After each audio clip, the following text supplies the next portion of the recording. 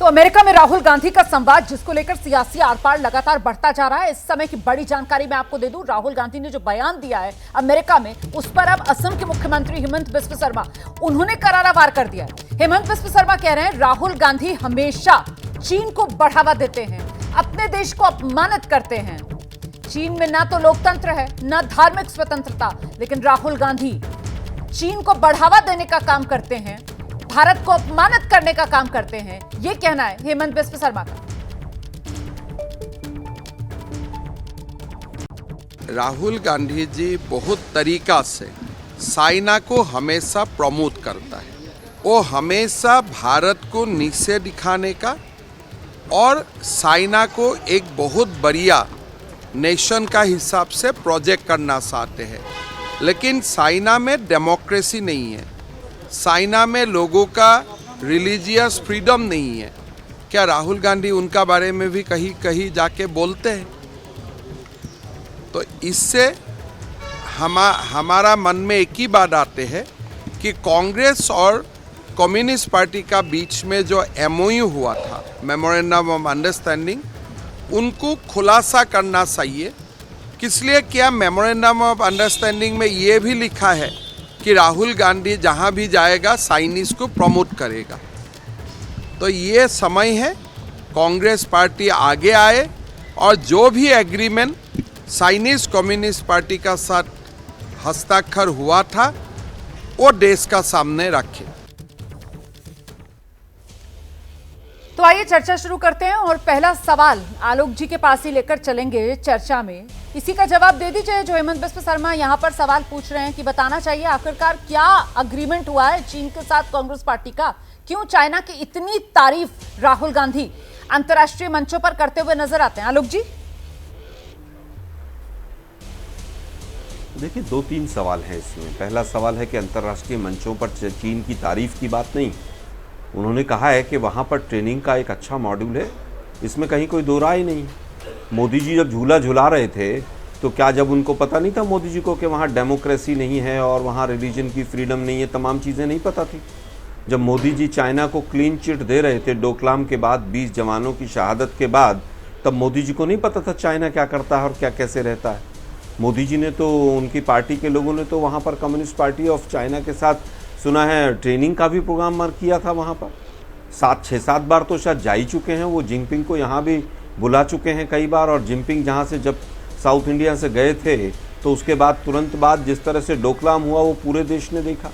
अब बात आती है कि भाई विदेशी धरती पर जाकर, अरे भाई विदेशी धरती पर जाकर तो मोदी जी कहते हैं 2014 से पहले जिन लोगों ने हिंदुस्तान में जन्म लिया है उनको शर्म आनी चाहिए।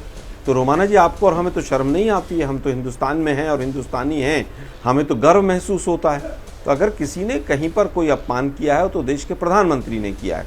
देश के प्रधानमंत्री की वो पूरी वीडियो है जिसके अंदर वो कह रही हैं खेलों के लिए हमें चाइना से सीखना चाहिए और चाइना की यूनिवर्सिटी से हमें सीखना चाहिए।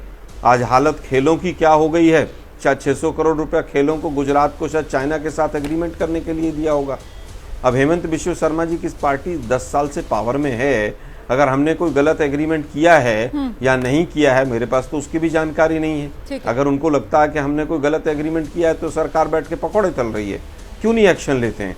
अभी मैं उनके एक वो जो उनको तीसरी आंख शायद उनकी खुली हुई है, वो गिरिराज सिंह सवाल का जवाब दे क्या बोलते रहते हैं, एक छोटे से सवाल का जवाब दे दीजिए। अंतिम नहीं आप ही से पूछिए, उसके बाद मैं इस चर्चा को आगे बढ़ाऊंगी और आपने जो सवाल उठाए ना उनका जवाब लूंगी।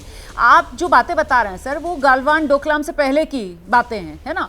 लेकिन अब तो ये गालवान और डोकलाम के बाद जब आप यहाँ देश में बार बार केंद्र सरकार, मोदी सरकार को चुनौती देते हैं कि चीन के साथ आंख में आंख मिलाकर क्यों नहीं देख रहे हो, और खुद लीडर ऑफ ऑपोजिशन भी है तो अब तो राहुल गांधी, वो विदेश में जाकर चीन की तारीफें करते हैं सर, तो फिर देश इसको कैसे देखे?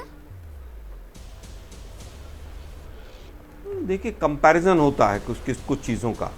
तारीफ मान लीजिए, उसको कुछ भी मान लीजिए। अगर उन्होंने स्किल डेवलपमेंट में और जॉब देने में अच्छा काम किया है और कोई चीज़ सीखी जा सकती है तो क्या प्रॉब्लम है उसमें? मतलब अमेरिका की तारीफ कर दें तो मतलब अमेरिका के दुश्मन हो गए हम।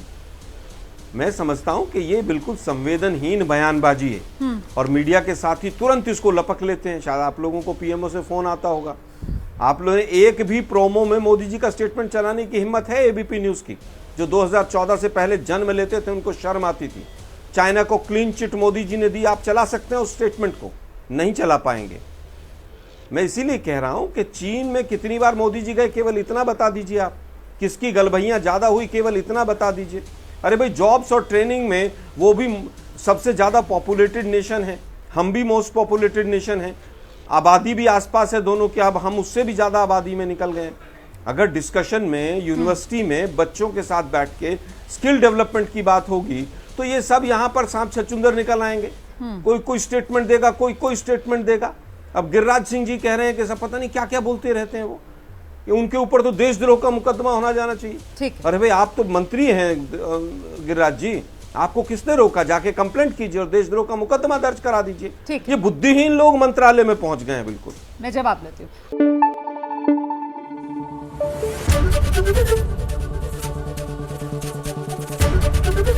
एबीपी न्यूज आपको रखे आगे।